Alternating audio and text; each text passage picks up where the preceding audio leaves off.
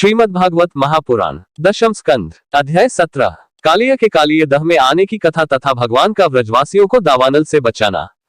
राजा परीक्षित ने पूछा, भगवान कालिया नाग ने नागों के निवास स्थान रमणक द्वीप को क्यों छोड़ा था और उस अकेले ने ही गरुड़ जी का कौन सा अपराध किया था।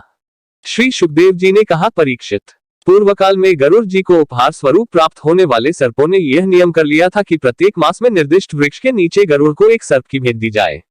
इस नियम के अनुसार प्रत्येक अमावस्या को सारे सर्प अपनी रक्षा के लिए महात्मा गरुड़ जी को अपना अपना भाग देते रहते थे। उन सर्पों में कद्रू का पुत्र कालिया नाग अपने विष और बल के घमंड से मतवाला हो रहा था। उसने गरुड़ का तिरस्कार करके स्वयं तो बलि देना दूर रहा, दूसरे सांप जो गरुड़ को बलि देते उसे भी खा लेता। परीक्षित यह सुनकर भगवान के प्यारे पार्षद शक्तिशाली गरुड़ को बड़ा क्रोध आया, इसलिए उन्होंने कालिया नाग को मार डालने के विचार से बड़े वेग से उस पर आक्रमण किया। विषधर कालिया नाग ने जब देखा कि गरुड़ बड़े वेग से मुझ पर आक्रमण करने आ रहे हैं, तब वह अपने 101 फन फैलाकर डसने के लिए उन पर टूट पड़ा। उसके पास शस्त्र थे केवल दांत, इसलिए अपने दांतों से गरुड़ को डस लिया। उस समय वह अपनी भयावनी जीभें लपलपा रहा था। उसकी सांस लंबी चल रही थी और आंखें बड़ी डरावनी जान पड़ती थी।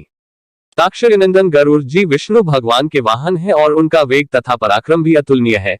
कालिया नाग की यह ढिठाई देखकर उनका क्रोध और भी बढ़ गया तथा उन्होंने अपने शरीर से झटककर फेंक दिया एवं अपने सुनहले बाएं पंख से कालिया नाग पर बड़े जोर से प्रहार किया। उनके पंख की चोट से कालिया नाग घायल हो गया। वह घबराकर वहां से भागा और यमुना जी के इस कुंड में चला आया। यमुना जी का यह कुंड गरुड़ के लिए अगम्य था, साथ ही वह इतना गहरा था कि उसमें दूसरे लोग भी नहीं जा सकते थे। इसी स्थान पर एक दिन क्षुधातुर गरुड़ ने तपस्वी सौभरी के मना करने पर भी अपने अभीष्ट भक्ष्य मत्स्य को बलपूर्वक पकड़कर खा लिया। अपने मुखिया मत्स्यराज के मारे जाने के कारण मछलियों को बड़ा कष्ट हुआ। वे अत्यंत दीन और व्याकुल हो गईं। उनकी यह दशा देखकर महर्षि सौभरी को बड़ी दया आई।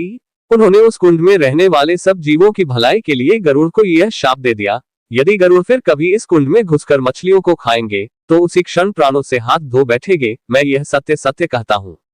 परीक्षित महर्षि सौभरी के इस शाप की बात कालिया नाग के सिवा और कोई सांप नहीं जानता था, इसलिए वह गरुड़ के भय से वहां रहने लगा था और अब भगवान श्री कृष्ण ने उसे निर्भय करके वहां से रमण द्वीप में भेज दिया। परीक्षित इधर भगवान श्री कृष्ण दिव्यमाला, गंध, वस्त्र, महामूल्य मणि और सुवर्ण आभूषणों से विभूषित हो उस कुंड से बाहर निकले।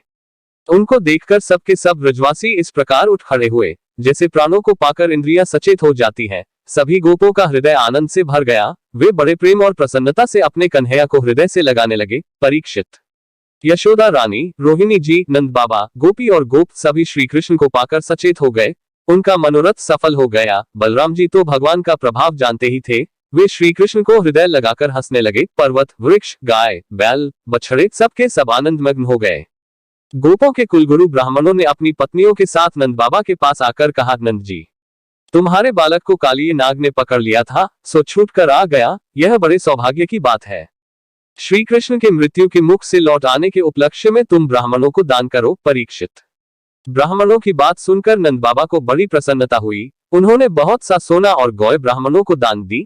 परम सौभाग्यवती देवी यशोदा ने भी काल के गाल से बचे हुए अपने लाल को गोद में लेकर हृदय से चिपका लिया। उनकी आंखों से आनंद के आंसुओं की बूंदें बार बार टपकी पड़ती थी।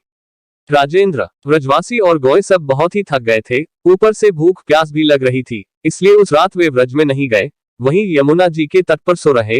गर्मी के दिन थे, उधर का वन सूख गया था। आधी रात के समय उसमें आग लग गई। उस आग ने सोए हुए व्रजवासियों को चारों ओर से घेर लिया और वह उन्हें जलाने लगी। आग की आंच लगने पर व्रजवासी घबरा कर उठ खड़े हुए और लीला मनुष्य भगवान श्री कृष्ण की शरण में गए। उन्होंने कहा, प्यारे श्री कृष्ण, श्याम सुंदर, महाभाग्यवान बलराम, तुम दोनों का बल विक्रम अनंत है। देखो देखो, यह भयंकर आग तुम्हारे सगे संबंधी हम स्वजनों को जलाना ही चाहती है। तुम में सब सामर्थ्य है, हम तुम्हारे सुहृद हैं, इसलिए इस प्रलय की अपार आग से हमें बचाओ। प्रभो, हम मृत्यु से नहीं डरते, परंतु तुम्हारे अकुतभय चरण कमल छोड़ने में हम असमर्थ हैं। भगवान अनंत हैं, वे अनंत शक्तियों को धारण करते हैं। उन जगदीश्वर भगवान श्री कृष्ण ने जब देखा कि मेरे स्वजन इस प्रकार व्याकुल हो रहे हैं, तब वे उस भयंकर आग को पी गए।